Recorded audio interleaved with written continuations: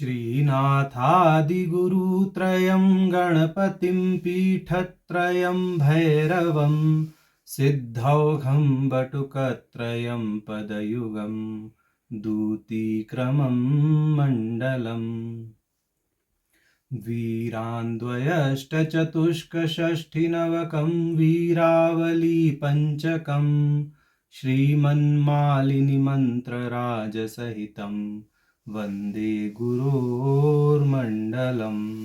नारायणी नमोस्तुते। शिव सूत्र के 10वें सूत्र में यह देखा था कि जो अणु है, माने जिस शक्ति आदि के संकोच से जो संसारी जीव भगवान शिव के स्वातंत्र लीला विलास से क्या होता है, अस्तित्व में आता है, वह भी भगवान शिव की भांति पंचकृत्य करता है। अब 11वें सूत्र में ये बताया जाएगा कि जो 5 प्रकार के कृत्य बताए गए, सृष्टि, स्थिति, संहार, तिरोधान, अनुग्रह, वह व्यवहार में जीव कैसे करता है ये बता रहे हैं। तो 11वां सूत्र है आभासन, रक्ति, विमर्शन, बीजावस्थापन, विलापन, तस्तानी। कि अब जो 5 प्रकार का कृत्य है उन सृष्टि आदि के अतिरिक्त किस प्रकार से हो रहा है। तो यहाँ आभासन के अर्थ में क्षेमराज जी ने यह स्पष्ट कर दिया है अपने भाष्य में कि जो नेत्रादि इंद्रिय हैं,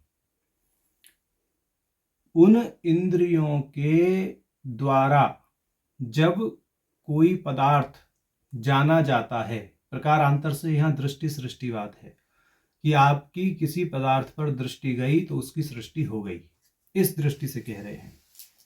ठीक, आदि आदि इंद्रियों के अनुसार भी ऐसे ही समझ लेना चाहिए। तो दृग आदि इस दृष्टि से यहाँ कह दिया गया। तो नेत्रादि जो इंद्रियां हैं, उन इंद्रियों की जो शक्तियां हैं उनको तंत्र में दृगादि देवी इस प्रकार से कहा जाता है। तो यहाँ पे नेत्रादि की जो अधिष्ठात्री देवियां हैं, जो शक्तियां हैं, उन शक्तियों के प्रसार क्रम से जो कुछ भी अवभाषित होता है वह आभासन कहलाता है।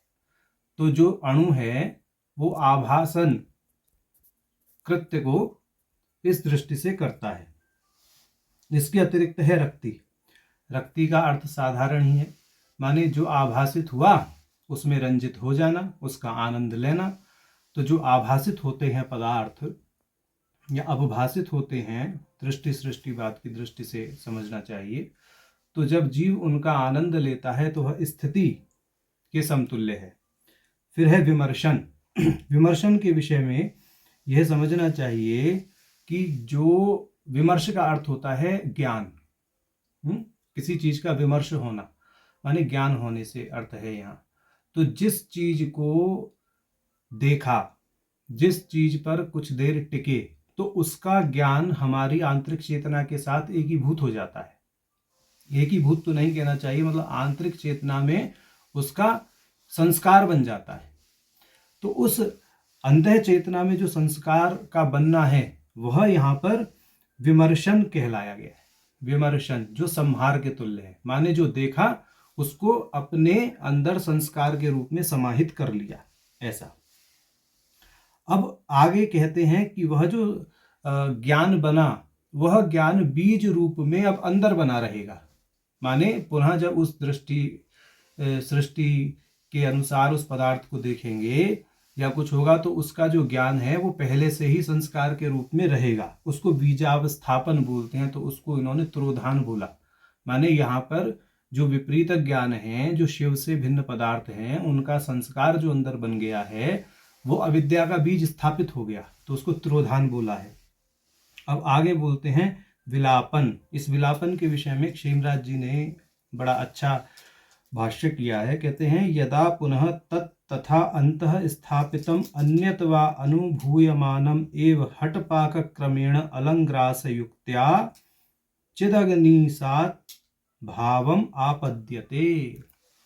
कि वो जो संस्कार को, यानी जो पूर्व दृष्ट जितने भी विषय हैं, पूर्वानुभूत जितने भी विषय हैं, वो विषय जो संस्कार के रूप में, बीज के रूप में पड़े हैं, उन सभी विषयों को हठपाक क्रम से अलंग्रास युक्ति से चिदग्नि सद्भाव के साथ एकीभूत कर देना। माने समस्त बीजों को, संस्कार रूपी जितने भी बीज हैं, जितने भी स्मृतियां, आभास हैं, उन सभी को चिदग्नि सद्भाव को प्राप्त करा देना, चिदग्नि के साथ एकीभूत कर देना। कैसे? हठपाक क्रम से अलंग्रास युक्ति से। देखिए, दो तरह का पाक क्रम है, एक तो शांति पाक है, एक हठपाक है। ठीक, ये यहाँ नहीं दिया है, अलग से बता रहे हैं। शांति पाक है कि सहज भाव में रहते हुए अपनी आंतरिक चेतना के साथ में समस्त इतर विषयों को एकीभूत कर देना। और हठपाक क्रम है बलपूर्वक, जैसे गुरु का उपदेश हुआ कि इस प्रकार से आप साधना कीजिए, इस प्रकार से आप तांत्रिक जो भी प्रयोग है उस प्रक्रिया को साधिए। उसके माध्यम से जो बीज आदि हैं उनका जो अपनी चिदाग्नि के साथ में एकीभूतीकरण किया जाता है, वो हठपाक। यहाँ बीज का अर्थ है संस्कार। ठीक, ऐसे संस्कार जो अविद्या के बल पर मन में पड़े रहते हैं उनका। ठीक, अब है यहाँ पर अलंग्रास। अलम का अर्थ होता है पूर्ण, ग्रास का मतलब ग्रसित कर जाना, माने लेश मात्र भी ऐसे संस्कारों का शेष ना रहना। इस दृष्टि से चिदग्नि के साथ में वो एकीभूत हो जाते हैं। तो ये 5 प्रकार का, ये पंचकृत्य हैं, दूसरी प्रकार से बताए गए। तो पंचकृत्य कौन से? आभासन, रक्ति, विमर्शन, बीजापस्थापन और विलापन। ये पांचों क्रमशः सृष्टि, स्थिति, संहार, तिरोधान और अनुग्रह के समतुल्य हैं, ऐसा समझना चाहिए। अब ये तो 11वां सूत्र हुआ। अब आगे 12वें सूत्र में ये बताएंगे कि जब जीव को या अणु को उसकी शक्तियां मोहित कर लेती हैं अज्ञान के कारण, तब वह संसार दशा को प्राप्त होता है। तो इस दृष्टि से अब 12वां सूत्र करा जाएगा। थोड़ा बड़ा सूत्र है, विस्तारित सूत्र है, तब देखेंगे। ठीक है, नारायण।